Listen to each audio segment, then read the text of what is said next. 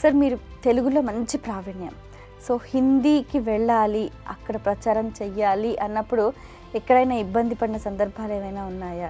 అస్సలకి ఇబ్బంది ఏమి లేదమ్మా. మొదట్లో స్టార్టింగ్లో నేను రాఘవేంద్ర జోకులు వేసుకునేవాళ్ళం. నాయుడుపేట రాఘవేంద్ర నేను సరదాగా జోకులు వేసుకునేవాళ్ళం. నార్త్ వెళ్ళి బాగా ప్రచారం చెయ్యాలి అని అనుకున్నప్పుడు మనకు భాష రాదు కదా అనుకునేవాళ్ళం. అన్నప్పుడు ఎనర్జీస్ మాట్లాడతాయిలే అనుకునేవాళ్ళం, మళ్ళీ ఎనర్జీస్తో కొట్టాలి అనుకునేవాళ్ళం. అట్లా ఇప్పుడు భాషతో పనేం లేదు. ఒకసారి నేను పూనాలో సేత్ వర్క్షాప్, మన ఆస్ట్రేలియన్ అండ్ సర్జరీస్ వర్క్షాప్ జరిగితే ఒక మేడం నాతో ఏం చెప్పిందంటే, సార్ మీరు మాట్లాడేది ఏదైతే ఉందో నాకు పూర్తిగా అర్థమైంది, నాకు తెలుగులో మీరు మాట్లాడింది నాకు పూర్తిగా అర్థమైంది, కానీ నాకు తెలుగు రాదు అని చెప్పింది. నేను 2009లో చండీగఢ్ వెళ్ళినప్పుడు అక్కడ డాక్టర్స్ వచ్చారు. సో నేను ఇంగ్లీష్లో మాట్లాడాను. నేను ఇంగ్లీషు అంత ఫ్లూయెంట్ నేను మాట్లాడలేను.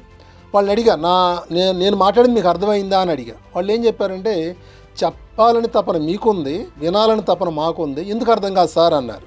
సో ఎప్పుడు కూడా నాకు లాంగ్వేజ్ రాదు అని ఒక్క నిమిషం కూడా నేను ఎప్పుడూ ఫీల్ అవ్వను. కానీ నేను చెప్పాలనుకున్నది ఏదైతే ఉందో అది నేను ఆ క్షణంలో చెప్తాను. అది వాళ్ళకి అర్థమవుతుందనే సంగతి నాకు తెలుసు కాబట్టి నేను చెప్పాలనుకుని చెప్తాను. నేను తప్పు మాట్లాడుతున్నానని కూడా నేను ఆలోచించను. ఎందుకంటే వాళ్ళ దగ్గర లేనిది నా దగ్గర ఉంది అని నా సంగతి తెలుసు కాబట్టి వాళ్ళు ఖచ్చితంగా నేను చెప్పింది వాళ్ళు వినాలి, అర్థం చేసుకోవాలి. ఎందుకంటే నా దగ్గర ఉంది, వాళ్ళ దగ్గర లేదు, అవతల వాళ్ళ దగ్గర, అది వాళ్ళు నేర్చుకోవాల్సిందే అనే సంగతి నాకు తెలుసు కాబట్టి నేను ఏ రోజు నాకు హిందీ రాదు అని ఇంగ్లీష్ రాదు అని ఎప్పుడు ఫీల్ అవ్వలేదు నేను. ఓకే.